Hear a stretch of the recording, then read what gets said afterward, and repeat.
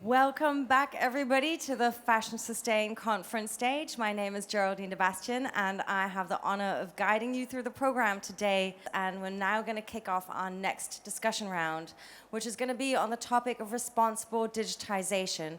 We want to talk about the impact of data in the fashion industry and how it could be impacting it further in future. Of course, digitization is changing and revolutionary all our parts of lives and different industries, and the fashion industry has certainly not been left unaffected. And we want to talk about two different nuances or threads of how data is important in the fashion industry. Well, we want to talk about data responsibility, what kind of data is being gathered by different actors and how it's being used for marketing, advertisement, but also for other ways of changing production and sales. We also want to talk about data and how it can be used to make the fashion industry more transparent and more accountable, and allows different insights to the ones that we're having today. So I'm very much looking forward to discussing this wealth of topics with four people. And these four people are Stephan Engel from the Otto Group, Marjorie Hernández de Vogelsteller from Lukso, Laureen van Breen from Wikirate, and Stephan Hankey from the Tactical Technology Collective. Please welcome them all on stage.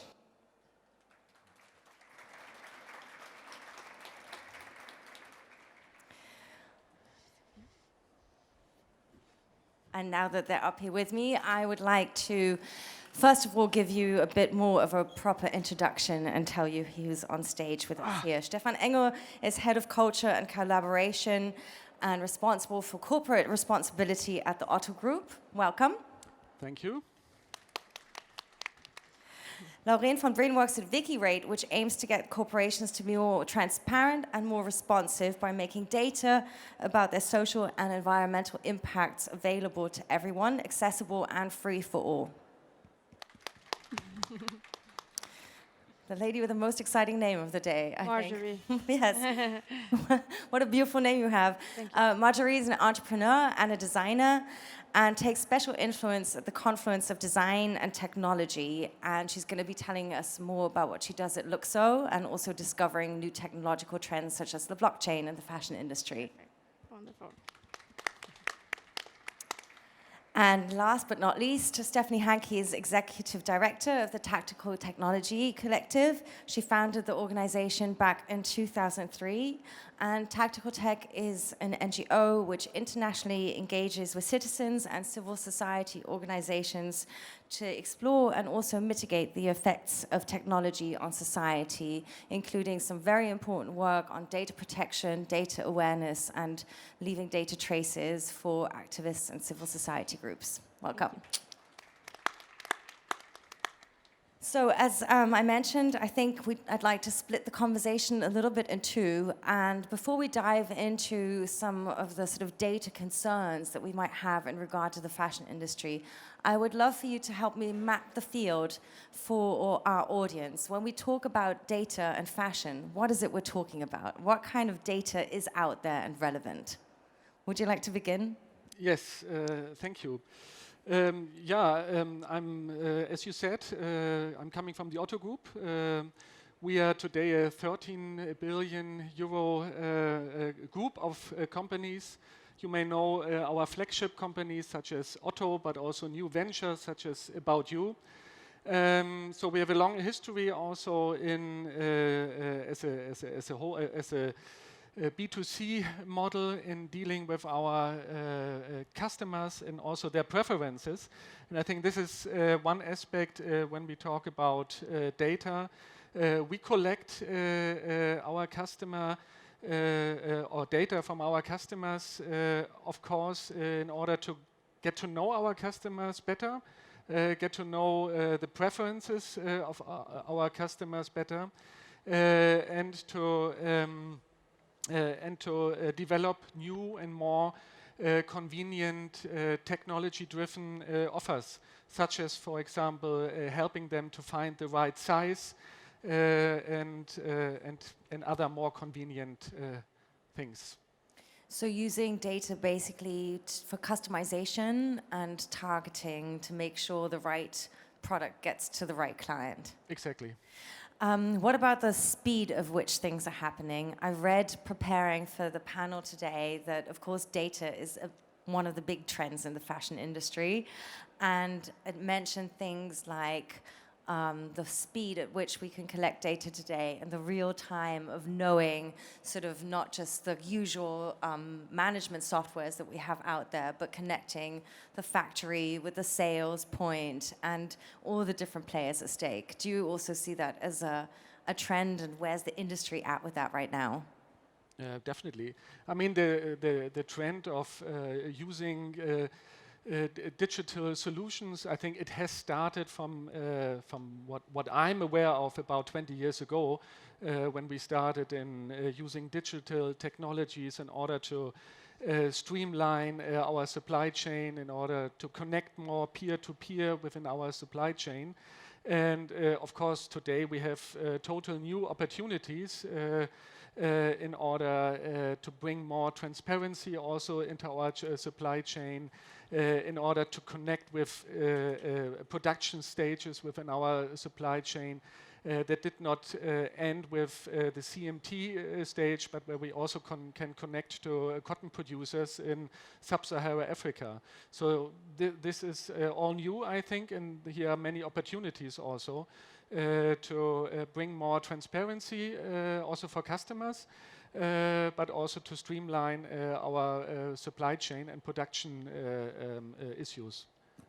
Production is actually going to be the last topic that we're going to get to today, and the way that production mechanisms are being changed on demand, nearshoring is something that we're going to deal with in the next panel, but I feel there are going to be some crosscuts.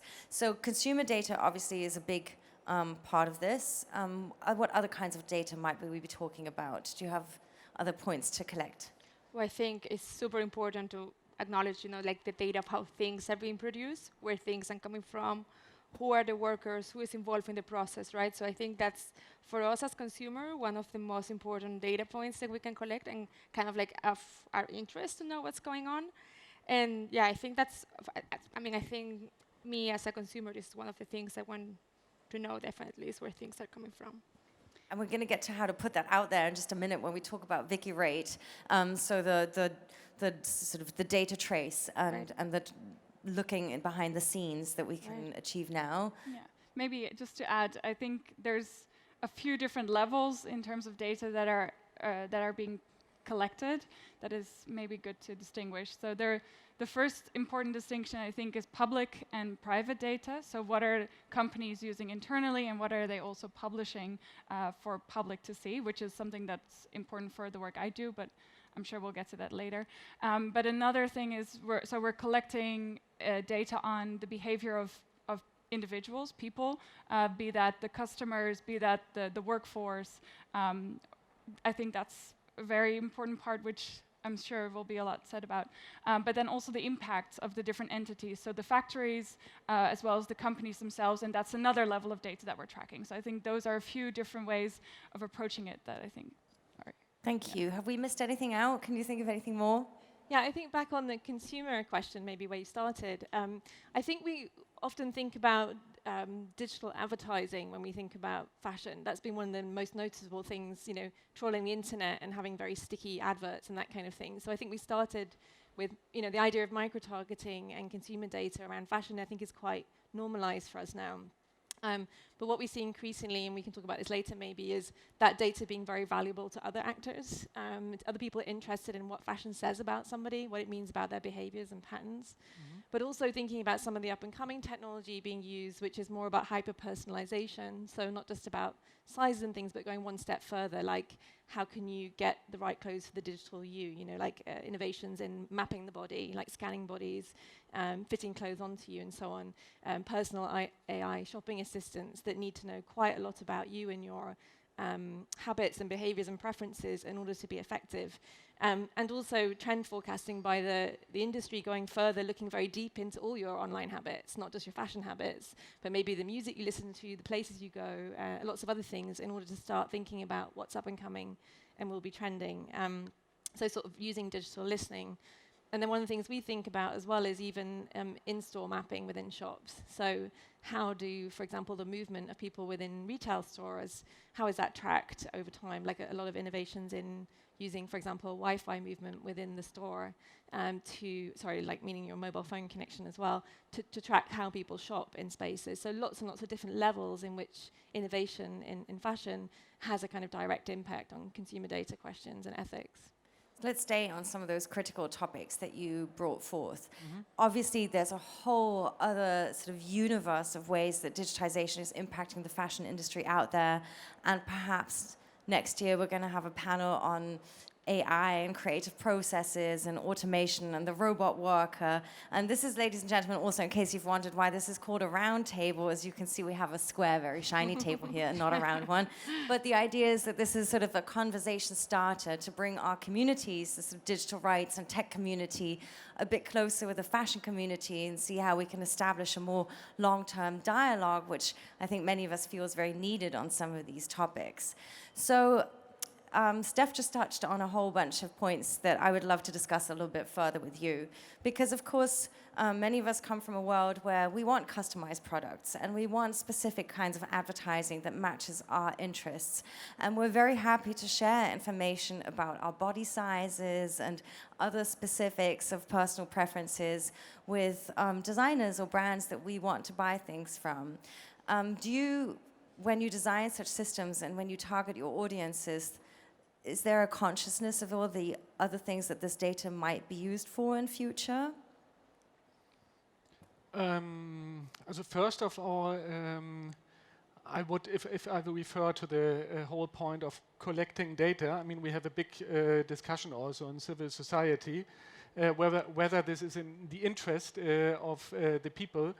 And I think one crucial point is here, of course, our legal framework and legal barriers in order to provide safety, private safety of the privacy to our customers. This is, I think, one big aspect. And then also companies like Otto and like others also have to, I think, self-critically look into what they are doing. Because not everything which is possible is also in the interest of the individual or of the society. And here you also have to think of some kind of, let's say, internal ethics, and really have to ask questions whether this makes sense or does not make sense. But I would like to clearly state that I think with the DSGVO data is... That's going to be my next question. I think we have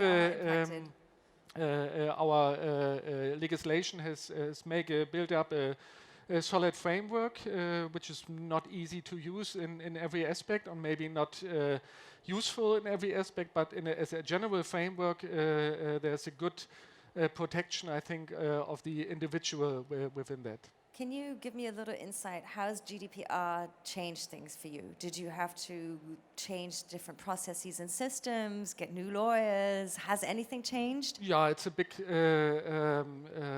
I would say, many people have to work on this in order to implement also the legal framework, and also with regard to the systems that we operate in order how we collect the data physically, bring it together also in a certain pool and make it also accessible once people want to get to know more about, let's say, the track of the data.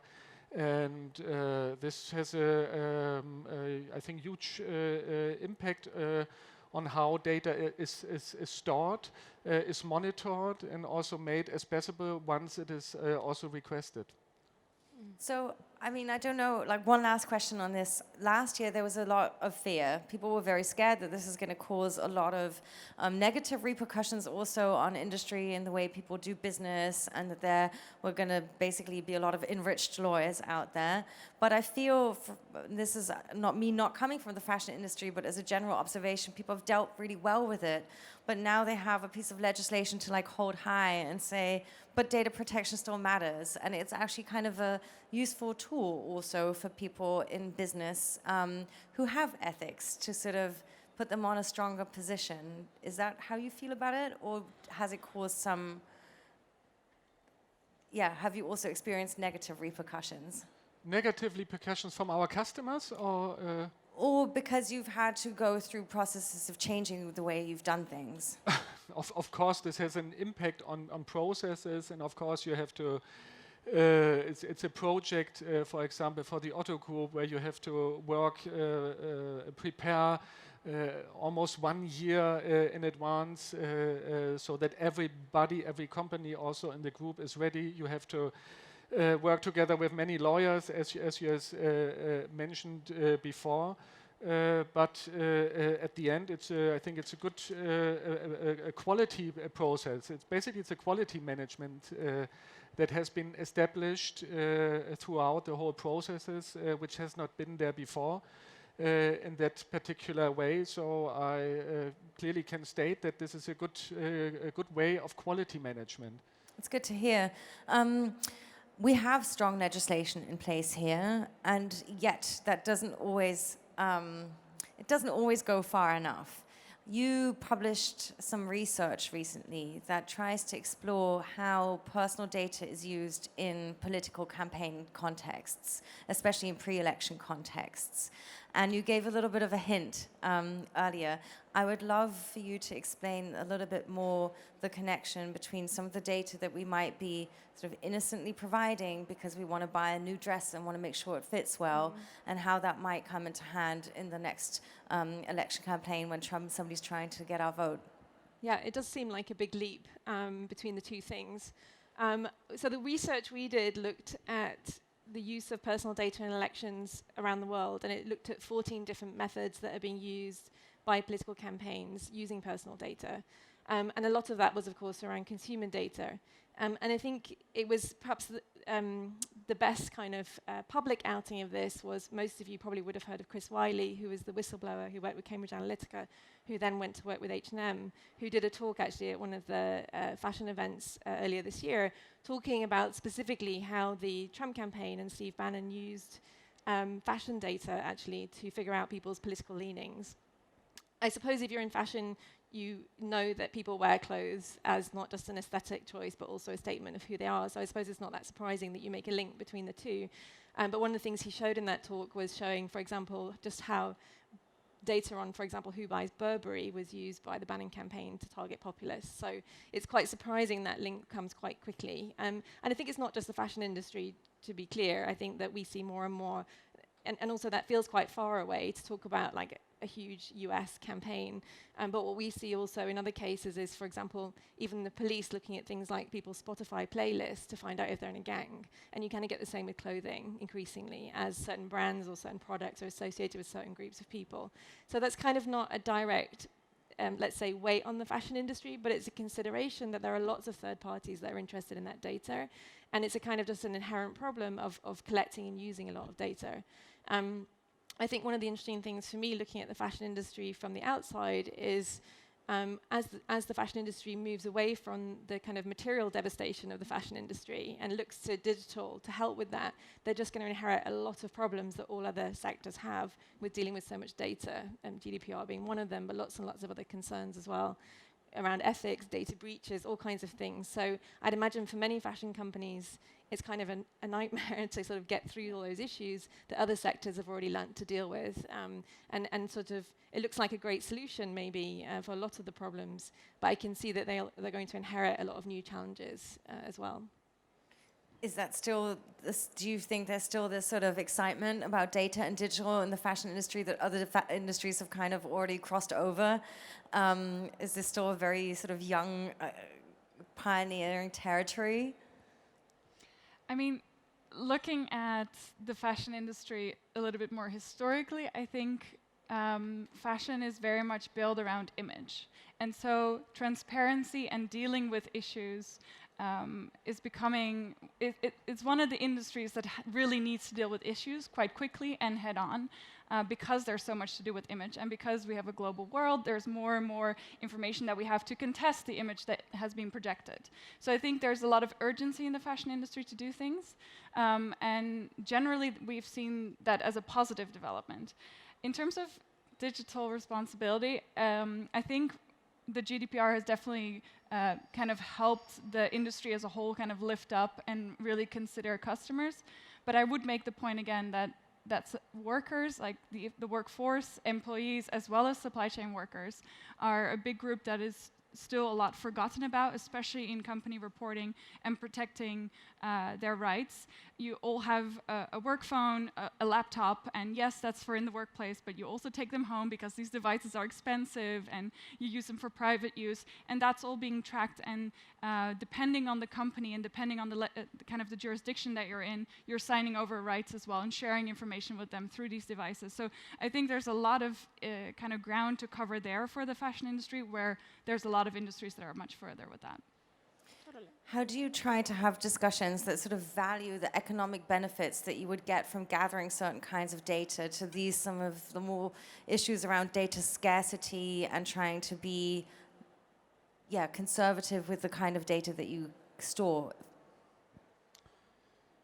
I mean, we have a clear statistics about the value of data, customer data also. We have clear statistics about the value of our apps, or if somebody loads down an app, which everybody else in the industry also has. And what we see as a development, perhaps, that we have no framework today, no legal framework, if it comes to the evaluation of data. So when we give our annual statement, you don't have to evaluate your data, whereas you have to evaluate all your other goods that you have in the warehouse. Clearly, we have an idea of the value of our customer data. But the question is, from our perspective today, what does it mean also to the future if it comes to the evaluation of a business model, for example? And business model, I don't want to like overboard this and also not like scare everybody away in the afternoon, but the idea that this is very much the trend of the future and we're only very much the beginnings of it was outlined very critically in a book last year called Surveillance Capitalism, that kind of introduces or rephrases the idea that what we're being sold today is based on collected data, experiences, and emotions, and that is sort of our shopping experience of this era. Can you outline that a little bit for us, Steph? Yeah, I can actually, and I guess that's why I'm saying that the fashion industry is going to inherit a lot of problems, not only the ones we just talked about, but it's also going to deal with the fact that it's becoming less trendy amongst consumers to use their phones in that way, to give away their data, to be comfortable with it. You know, there's a lot of loss of trust from consumers in digital systems, especially over the last year or two. One of the projects we work on is really focused on public education. We do a lot of exhibitions where people come in, we set up these kind of fake stores, they look like a shop, people come in but nothing's for sale and everything's looking at the digital universe quite critically. And what we find in that is we have thousands of people coming in and having conversations with us about their concerns as consumers about the digital sphere. And we have something that we give away called the Data Detox Kit, which is about helping people kind of find their own way in that process. And it's not about detox, by the way, not about not doing it at all, but about doing it in your own way with a moderation, let's say, or finding your own way. And what's been interesting about that project is we started it a few years ago as a kind of throwaway thing, but people really love it. And what we've done more recently is changing it to be a kind of a lifestyle product. So thinking about, and that will be a fashionable thing in itself, I think, is, you know, conscious choosers, for example, the kinds that might, you know, like all the brands here at the Sustainable Fashion Week, may also be aligned with issues around this, and may also choose to want to work with, want to shop with companies, or to deal with technology and innovation in a way which is also in line with their politics. And so I can foresee that already there's something there, but I think it will grow, which is a consumer base that really wants to do things consciously and specifically also in their interaction with companies and the way they treat the digital. And just a little side thing on that, which might be interesting, we're doing a lot of work with youth right now, and it turns out that young people, the really cool young people, the very fashionable young people, don't use technology hardly at all. And so instead of us kind of, rushing forth into thinking everything cool is about consuming tech with young people, I think we're starting to see that the most hip people use it very little. Wow. So we have outlined a little bit some of the critical aspects of data gathering and where this journey might go. But of course, there's a lot of data that we want to gather in terms of making the industry that we work in more transparent and more accountable. And some new technologies sort of hold the promise of being able to do that better than previously, and blockchain is one of those sort of celebrated technologies. Do you want to outline a little bit your work and your take on how those kind of technical tools might help us achieve a more social and sustainable lifestyle? Yeah, absolutely. When you guys were talking, for me, I had the realization that I already had many times that a lot of the points that we're discussing are based on like the Web 2.0 data gathering systems, right? They've been very profitable. A lot of people make money, and they realize, by gathering the data of your users, you can harvest and you can customize things for them, right? The big problem in there, the users, they don't know where the data is gathering, when it starts and when it ends, and it is my data, but it doesn't belong to me. So I think nobody complains about having a wonderful Spotify playlist that satisfies your taste. You know how scary it is when you go to Spotify or YouTube without being logging into your account. It's like you're in the Wild West, right? So there are advantages of being, customized and these algorithms knowing you. For me particularly, I believe that the problem is that we don't have ownership on our personal data.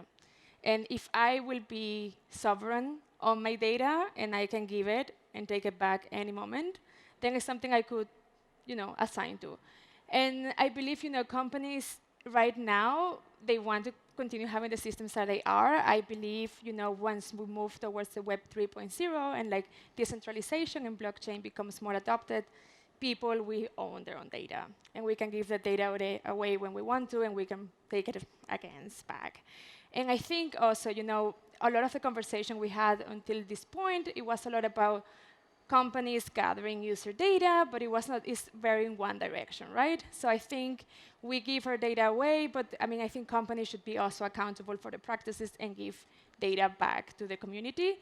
So I think, as Laureen said, a lot of transparency is on call. A lot of people want this transparency. It's part of kind of like how the future will work. We will believe and we will only consume products that align to our values and practices.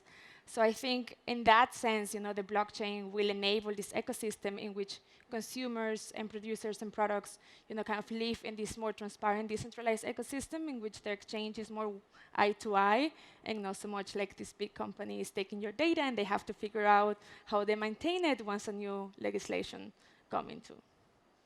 So I'm sure we could spend the rest of the hour discussing that, but we'll try to make it so that we take everybody along. Right. Let's attempt a very, very short explanation of why you think the blockchain is able to do that without using too many technical terms, maybe. Okay, well, let's see. Obviously, whatever, blockchains are decentralized in nature, right? So at least permissionless blockchains, anybody can participate. By doing so, everybody has an equal values or rights, right? Not even the miners that we always hear in the news, they don't have more power on the network than the user, right? So that's kind of like a change of like the game rules, right? Nobody can change data, nobody can modify data, and nobody can access data that the others can't. So it creates a pretty, let's say, democratic system that enables for people to create their own identities and their sovereign. So whatever I own on the blockchain, as long as I have the private key, that belongs only to me and nobody can take it away from me. Not the EU, not the German state, nobody, right? So I think this is a power that we never had before because until now we always have to trust, institutions, organizations, companies to be that provider for us, to be that middleman that allow us to transact, basically. Right now, what the technology allows for is that that middleman doesn't need to exist anymore. Everybody is still sovereign. So, who here has a Bitcoin wallet? Of course, Natalia. One person. Who here knowledgeably uses any other kind of blockchain application? Okay, so we'll try to take it step by step. If you have a question that's a general question of understanding, you feel we're losing you, raise your hand. We're happy to take you along. Since this is a roundtable exploring these industry coming together, I feel like we can take some time for this. I'll just summarize very quickly in my own words. Go ahead. Blockchain at the moment is still at a very experimental stage and is being experimented with in many different ways, whether it's currency, like Bitcoin, which is the most famous blockchain application, or storing data in sensitive contexts like medical records, for instance, or in the creative and arts region. And this is because, as you explained, it's a system or it's a technology that enables you to store data encrypted, personal data encrypted, if you want to. No, the data is not encrypted. That's like the first thing people always say, like, oh, things in the blockchain are encrypted. The blockchain is not encrypted at all. It's quite the opposite of encrypted. It's quite transparent. What is encrypted is your private key, private public key. That's encrypted. But only that piece, nothing else is encrypted. I'll try to rephrase myself just to see if we can do it in a way that gets everybody. You don't have to forfeit your personal information. That can be encrypted in a way that you choose to store it. But the transactions are protocoled.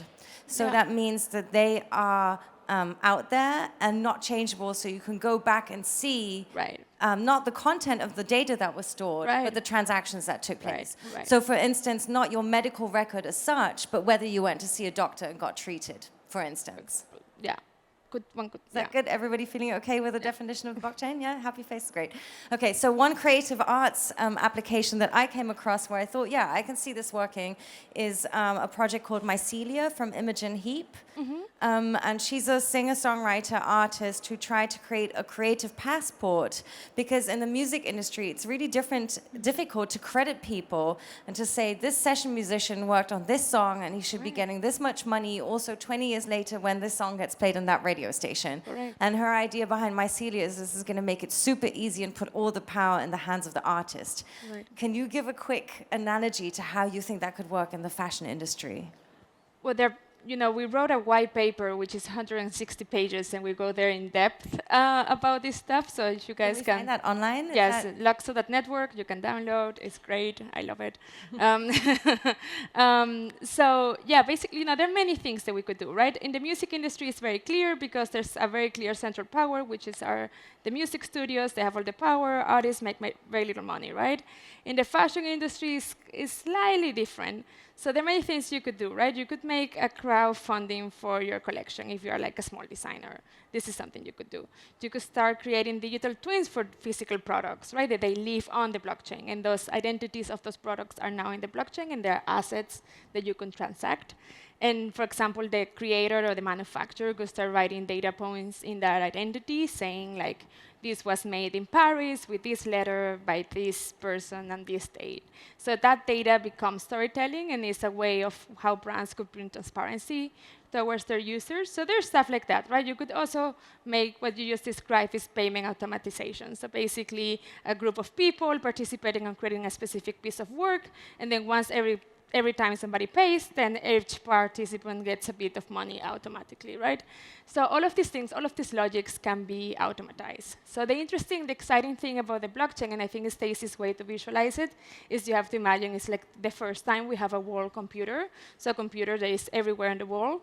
There's no one person who can turn it on and off. It's pretty resilient, and all of the data that is there is not modifiable, which is a big challenge for GDPR compliance, because you cannot be forgotten.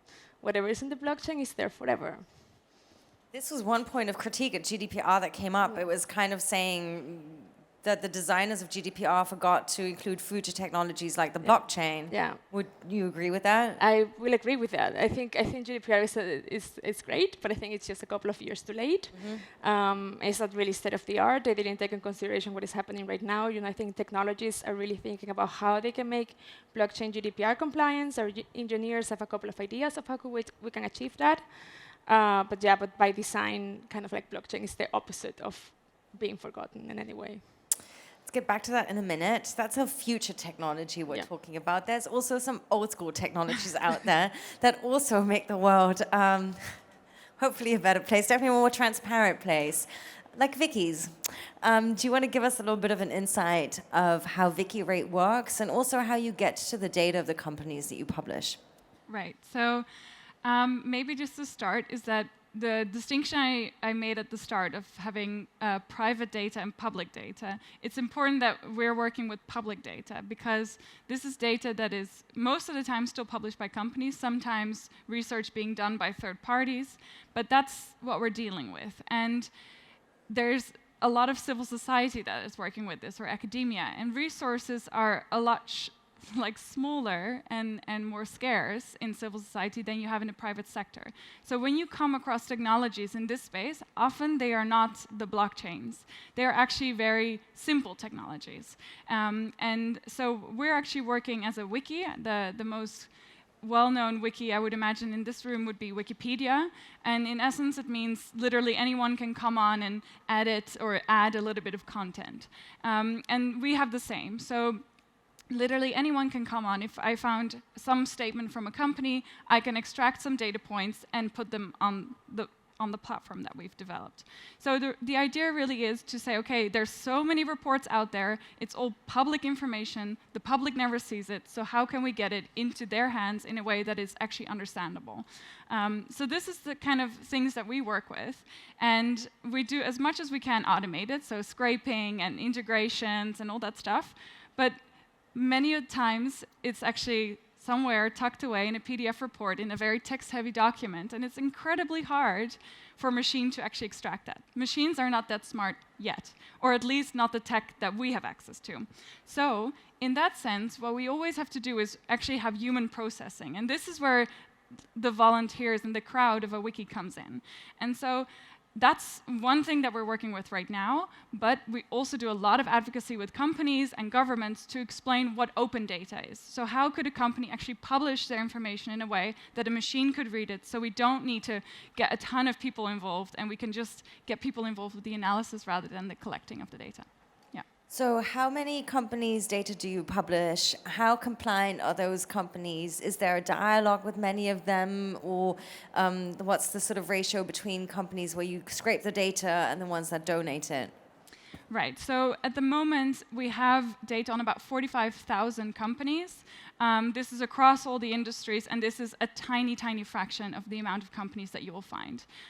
Sometimes it's a company, it's just the name of the company, and we don't know anything else about them besides what jurisdiction they're actually in. Because what you also get is a difference between what we consider the company and what the company actually is on paper. So a company, for instance, creating 8 different entities that own each other in bits and pieces, and so taxes go through different little channels. That's the kind of stuff we're also tracking, as well as the privacy policy of a brand. So it's really a diverse kind of data landscape that we're dealing with. And so the data that we have right now is actually really patchy. The most data that we have, however, is for the fashion industry, because there's a lot of transparency kind of movement there, because there's been a few really important issues, in particular in supply chains, that have made companies kind of kick into a different gear and really push the transparency agenda within their reporting. But I can imagine that that is super difficult to get data that is comparable, machine legible, clean, so you can actually put it out there and enable research being done on top of the data. Yes, that is incredibly difficult. And for instance, just to say something, when you work with numbers, when you work with quantitative data, that's the easy stuff, right? But this, even there, you get a lot of problems. So a very popular kind of metric or question to report to for companies is their emissions, their greenhouse gas emissions. There's at least 15 different methodologies out there that companies can use to calculate this number. So even when we get to the same scope 1 or scope 2, as a researcher would call it, between companies, there's huge variety. And so getting this mass is really important also to do statistical analysis and figuring out who are the outliers. If everybody is within the 40 to 100 million tons of emissions, why are you in the 2000? So are you having incredibly terrible operations, or are you making a calculation mistake? I have a bunch more questions, but I don't want to have. I do want to ask one more question before we move on, though. But I'm happy to have, of course, anybody answer that. Which is when I was preparing for this panel and was thinking, okay, well, first now we've talked about data scarcity and how to be responsible with the data that we gather, and then we talked about how to make data processes so that we can increase transparency. What about unleashing some of the data that I'm sure must live somewhere inside the fashion industry that could be useful for other third parties? For instance, everything connected with environmental activities and climate change. I'm sure there's a wealth of data that fashion industry actors sort of sit on, not knowing its value to researchers, policymakers, other people out there. Yes, I would love to answer that question. Right, so I think in general, of course, an instinct of a company generally is to just kind of keep it internal, to figure out what the issue is and really make sure they're doing the right thing before you go public with it.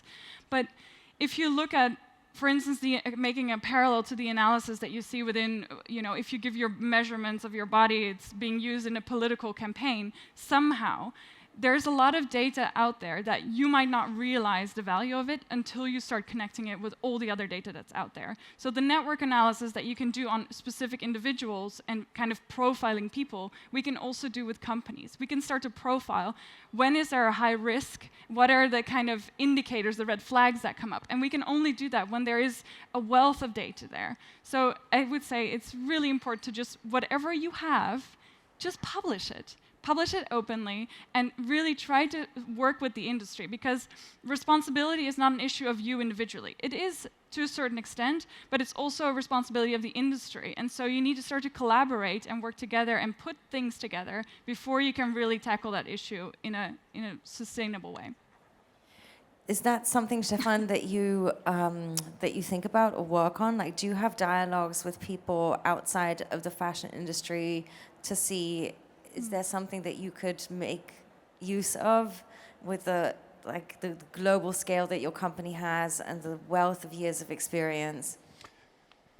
I don't know how things technically could work, to open our whole sources, but I have a political point of view on this, and this is, let's say, we talk about data pooling in general, and I think this is one thing we have to do, and have to see how we can pool data together to make it of use for certain aspects within the society. I have a clear point of view here that this is something which is also about is about also how our competitiveness of Europe in general. So we have to find ways of open our sources and make it of use, as you said. But I think therefore we also have to get legal frameworks, and of course this also have to do with anonymizing data, and also find ways who owns really the data. So there are many question marks, I think, that has to be solved, but the general aspect of creating bigger data pools, I think this is a clear hot topic and an issue for society, for our politicians also. May I briefly respond? Just because I completely agree, and this is why we're also doing a lot of lobbying and trying to get legislation out there. But legislation and governments are slow. And for instance, the GDPR is great. It's a first step, but it's already going through revision because it's not good enough. So I think that's really a kind of a slower process, and tech is fast. And so if you are one of the leaders and you do have a good grasp on what your responsibility is within the space, also working with kind of industry associations can be really helpful to take these steps a bit faster. It really excites me to hear this, I have to say, because it's great to know that it's not just us thinking about this kind of thing, but everybody seems to be already in this, embarking on this journey. Isn't part of the problem that most of the data that we gather today that we spoke about earlier is sort of locked in the golden cage? So we gather these data on on platforms that are designed to make a profit, that are owned by a very few people coming from very few places, and that we lack the public infrastructure to, as you said, the question, who else is going to host the data? So I would love for you to sort of come in and see how we can sort of maybe connect these two conversation strands, because wouldn't it be the case if we had more of these public alternatives that we could pool our data into and power other societal processes off of it, that there wouldn't be such a big danger in what's happening right now, as you explained earlier, with our consumer data being used for political reasons? Yeah, I mean, I don't want to be the dark side on the stage, but it's usually my position, so I'll just carry on. But just to say that, so on the positive side, because there is one, which is, I think there's a legitimate argument for data philanthropy, let's call it, where companies with large amounts of data, especially if it's not essential to their core business, but it's kind of side data, let's say, for example, on the environment or something, then it would be amazing to think that there was such a thing that worked. I think there's, of course, horrors in that, which I think is, you were very politely saying, but I think is a danger in giving away data, that it actually accidentally breaks all the rules, who owns it, that kind of thing. And what we've seen other companies doing in a well-meaning way, and I'm sorry, I'm forgetting now the name of the company, but there was a fitness tracker, for example, that released all its data in an anonymized way, just as hotspots on the map, on the satellite map. And then what, of course, immediately happened when it hit the internet is a bunch of people looked at that and thought, why is there all these hotspot data in the desert in Syria and in Afghanistan and all these places? People there don't have these fitness trackers, and of course this is the main fitness tracker for the US military. And then in sort of like very nicely and in a promotional way showing, look, this is where all our stuff's used, accidentally exposed where all the military bases were in the Middle East, so that were by those particular military groups. So it's a bit of an extreme example, but it shows how hazardous it is to try and be helpful, or in that case promotional, I think, and accidentally, you know, do something that you were never even thinking of because you were not looking for it. When somebody else is looking for it, it becomes meaningful. And I guess I just want to be difficult and mention one more thing, because we talk about massive amounts of consumer data in terms of their privacy, but I think when I was talking about what will hit the fashion industry, and possibly already has, is when you have that massive amount of data, you also have a competitive advantage. And I think what we'll see is that the sort of law of big data is that the more you have, and the better you are at collecting it, and the better you are at selling things, therefore, to people based on what you know, the more it becomes a monopoly. So I think that as big retailers and big fashion industry become better at having specific insights into their customers, and then have the operations to really maximize that, what we might see is even further monopolization of the industry by some players, or let's say domination, because monopolization is usually a difficult term. But yeah.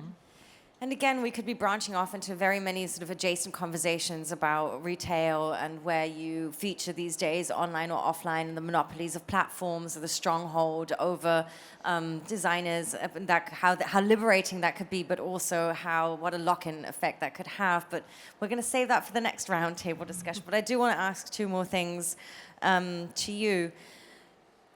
Understanding everything you said and all the dangers in those tendencies that you outlined, but don't we still need to be sort of bold and try to create these alternatives? I'm thinking about like along the lines of, and these are all great people that you can look up and read about in case you haven't done this yet, about Francesca Bria and Evgeny Morovtsov's idea that we need more of these public data instances and this great push for open data, because otherwise, for sure, these big monopolistic commercial entities are going to win the game. And therefore, a new kind of narrative and also new infrastructure for open data. Yeah. Well, I think so, and that's probably your area more. But just to say, I guess, I think just to be clear, I think we've gone past the point of we should have gone past the point of thinking technology is going to solve all our problems and it's amazing and I love it, and if I just put it in my business or in my work or as a consumer, if I had it, it would be more efficient and everything would be amazing. And we've also kind of not helpful to be, oh my God, we're all doomed and we should not, leave it, and go and live in the caves and, I don't know, knit our own clothes or whatever. This is not going to happen, right? So I'm not suggesting that you should have this utopic or dystopic view of technology, but what we see is a lack of complication of the middle ground, where people are not spending enough time saying, this is really complicated, how do we solve the inevitable problems that will come with it, including the solutions that we need to find, like you're suggesting, like you're working on, where you're saying, since it is part of the way we live and work, let's make the most of it. And I think what we're looking for often in our work is a more nuanced conversation with informed choice, and that's not what we're seeing all the time yet. So. Yeah, may I? Oh, sorry. Yeah. Okay, well, I'll save my question for you. Yeah. Yeah, I just quickly wanted to respond because we are. I think we're totally aligned on that. But I do think it's important to realize that there's a really big group of people out there that doesn't have the luxury to have informed consent, and informed consent is a legally very difficult term to prove and to uphold. And so to really hold companies accountable, and not the ones that are trying to do their best, but the ones that are not trying to do their best in terms of ethical responsibility, I think that is really where it can be very dangerous. And so there does need to be a way of kind of, protecting the people that don't have this luxury. There's fear out there that those social problems cannot be fixed with a technological solution. Right. I'm saying that with a view of the technological solution that was proposed earlier. How much do you think that is actually possible to come in and fix things from a technological side? Well, I think that's what we have been doing as humans since the beginning of time, is solving problems with technology. I mean, aqueducts are technology. Right now we think about tech and we think only about the internet, but pretty much everything is technology. So I think these problems will be solved with technology in one shape or of another. When you talk about an open data ecosystem, you are just describing the blockchain, right? And when you talk about, these guys in Afghanistan, the issue, there is exactly that. That data sits in the silo of the manufacturer of the Fitbit or whatever it was, when the data should be owned by each single individual, right? So if those guys from the military will have not revealed the information will have not be there. So I think we're giving the keys of the empire to a couple of people when we already, since 10 years, have the possibility of decentralizing these infrastructures and kind of making an equal base layer for interacting with each other. And I think, I still want to have customization and amazing services, but, as long as we as individuals own our data, we will have a more fair, and I think we will prevent many of these problems, and we will not even need to have many of these conversations because they won't be an issue. And I mean, for a lot of time, that was put off as crazy talk, right? Pretending like the world is structured the way that it is, and that's an unchangeable game that we've created for ourselves. You're nodding along, which I wouldn't have thought. I thought you would be sitting there slightly horrified. But I think there's, I think a lot of hope also in the idea that the technological future we've constructed for ourselves is not a given, but something that we can actually change to the point that we can be the owners of our own data again. Sorry, I'm looking with that face because it's we're about to do the Glassroom, our exhibition, which is the high street store in San Francisco in October this year. And it's been an ongoing conversation, all these things, because everything we would put in a joke tech shop that you would walk in and say, let's say an average person who doesn't work in the tech industry would walk in and go, oh my God, there's a technology for that, or why would we need that? Or they will look at these things and realize that it's ironic. In designing it for a community that makes technology in Silicon Valley, which most of us in the rest of the world consume, I think we're acutely aware that it's really hard to say it and them actually going along, realizing that it's a joke, realizing that it's a parody, because I think they believe those things, many people creating these tools, and agree with them. So meaning the world order has to change, and it's healthy to be entirely disruptive. And I think that the irony will be difficult to deal with. But I think going back to your specific question about data sovereignty, I think that it's a really huge experimental field, which is a quick way of saying it depends. And I think one of the things we've looked at extensively is the idea of you choose when to give your data to who is beautiful, but if you're being forced to give that data, it's kind of a waste of time. Or if you're from a certain community who has no choice in giving that data, and it will be interpreted in a certain way, then actually this idea of sovereignty is kind of useless. So it's complicated, I think, and I think that there will be, I'm sure, a solution found for those kinds of problems, but it's still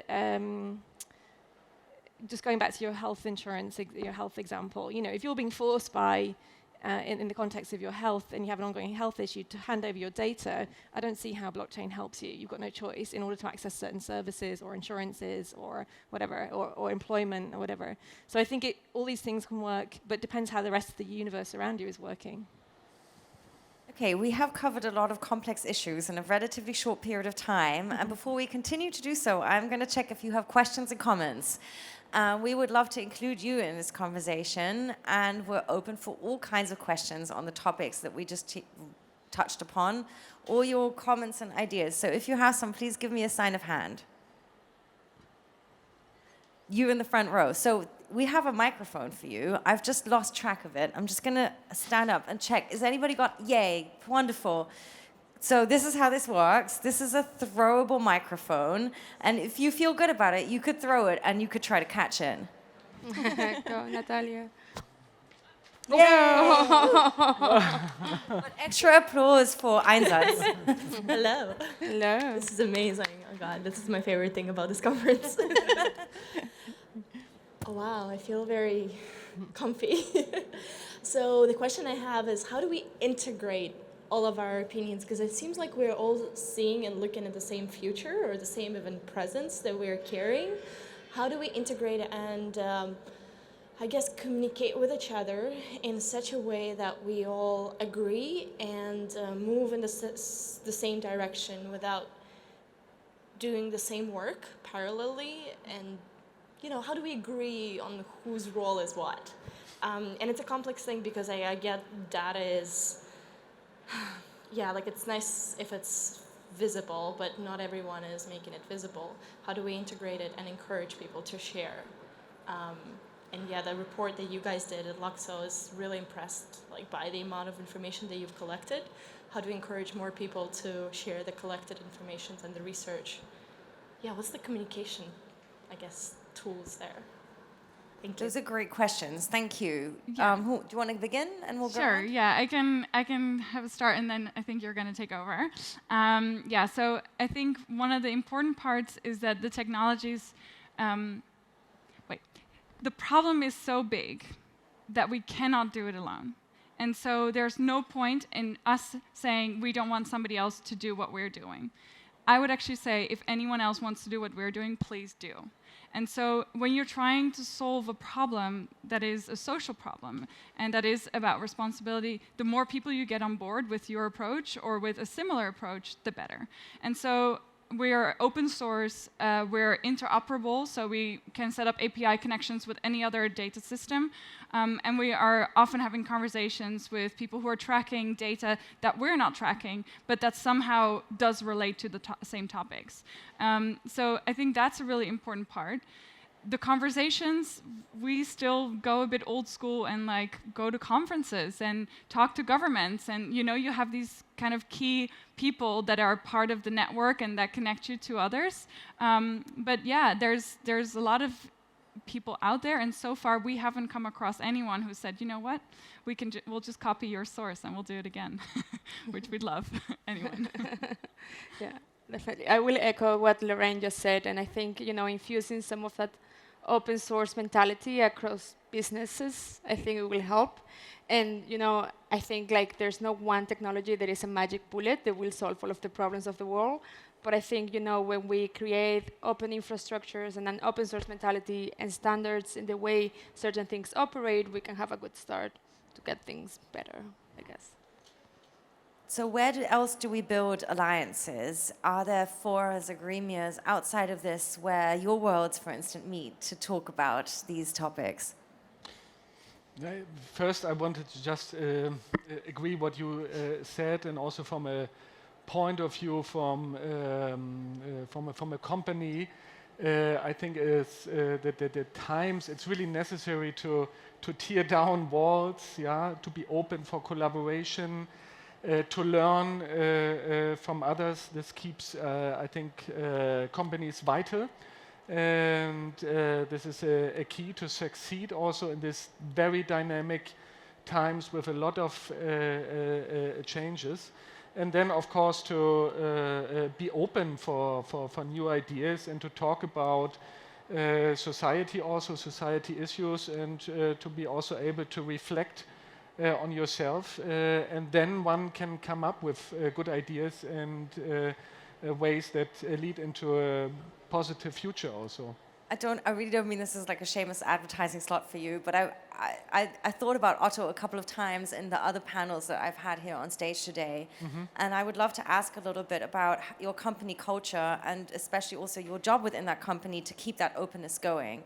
Allow me a quick backstory of today, because we had a previous panel where a lady growing organic cotton producing in Africa was saying how hard it is to still market her product and the lack of demand when it comes to buying organic and certified cotton, which quite surprised me, because I thought like we're shifting into this new world and there would be a run and not enough organic cotton produced in the world. And I think that over the years, Otto has done a lot to get niche topics out of their niche. I know this because I used to work at the development ministry and in different other places, so I followed the whole Cotton Made in Africa legacy and other initiatives that Otto has really been pushing for to get consumer awareness in fair trade, in fair production.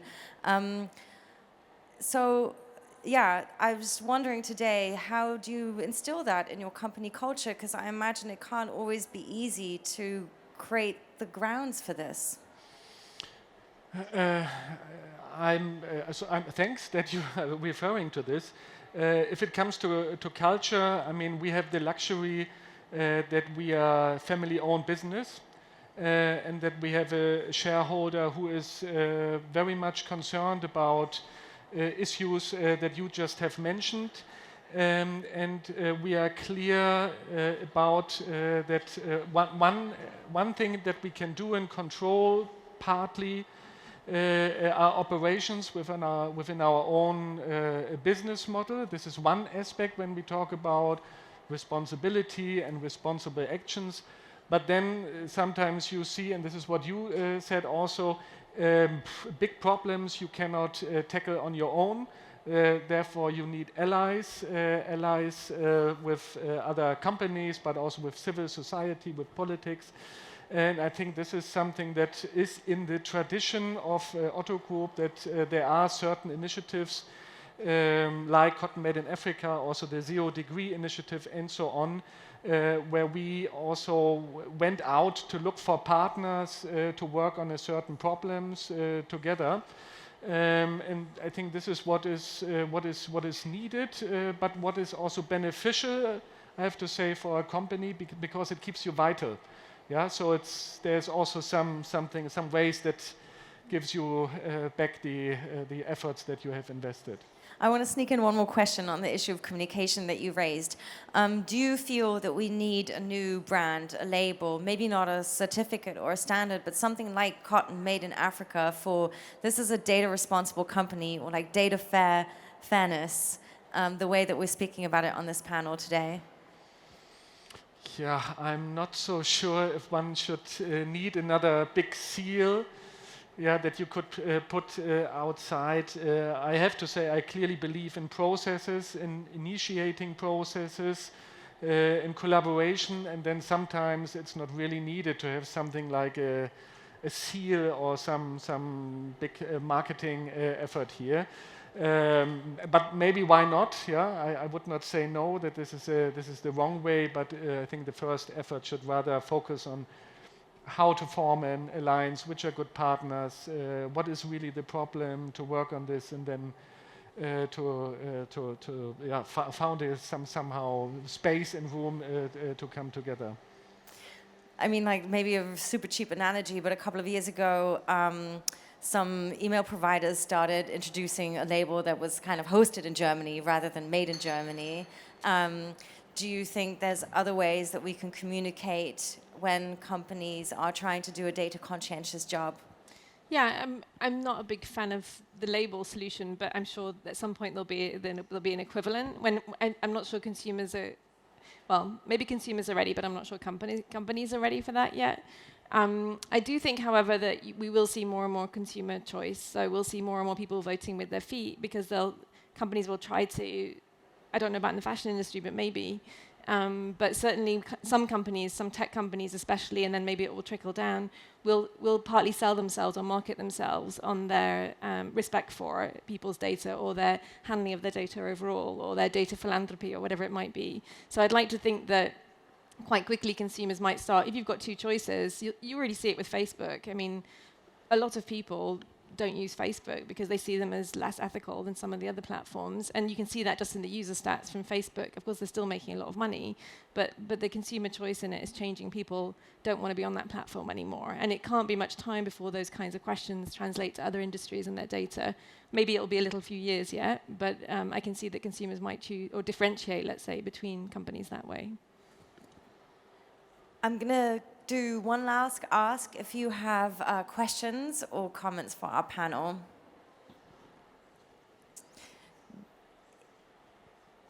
No, I think that was just a person taking their phone strap off. So if there's no other questions from the audience, I think we should do maybe one closing round up here. We talked about a number of topics, but we also left out a whole number of topics. We didn't talk about the impact of IoT and what kind of data might be coming from non-human sources in future in the fashion industry. We just barely skimmed across sort of platform power and the data that intermediaries are collecting. If we gather here next year for a second edition of this roundtable, or think about conversations in between, what are the topics that you feel that we should be addressing at the intersection of our communities, the digital community and the fashion community? Do you want to start, or we'll do a round? Sure. I guess it's more, I think we touched on a lot of different topics, and in that sense, I hope it's not too confusing for the audience because they're a bit all over the place. So I guess going deeper on the different issues, like I'd love to talk about detox as a lifestyle. And I highly recommend checking out all of the research papers, but also the kits that Stephanie mentioned, because they're extremely useful and they're also extremely well designed. That's awesome. I like the detox part. I will check it out.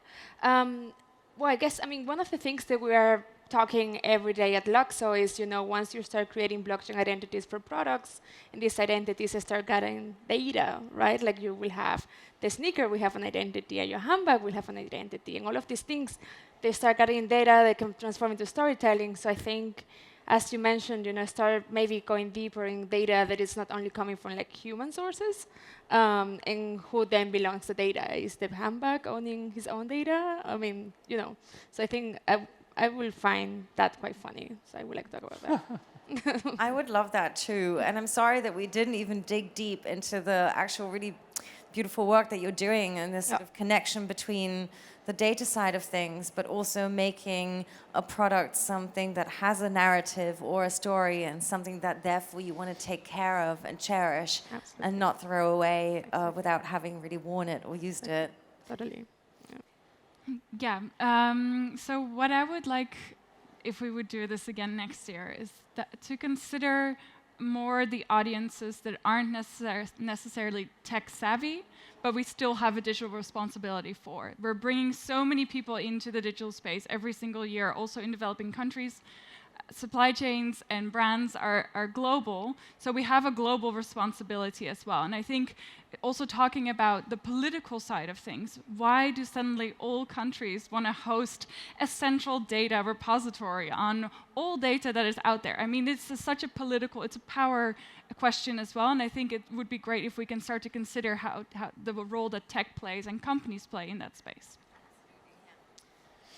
Yeah, maybe this is also not very focused to fashion, but I would love to talk about digital commons.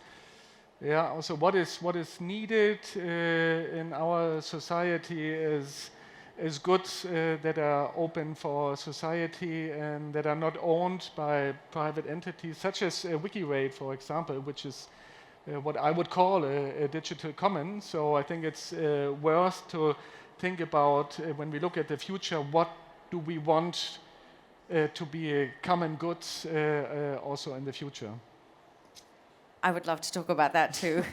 Thank you so much for being here today and for this discussion. Let's have a big round of applause for all of our panelists, please.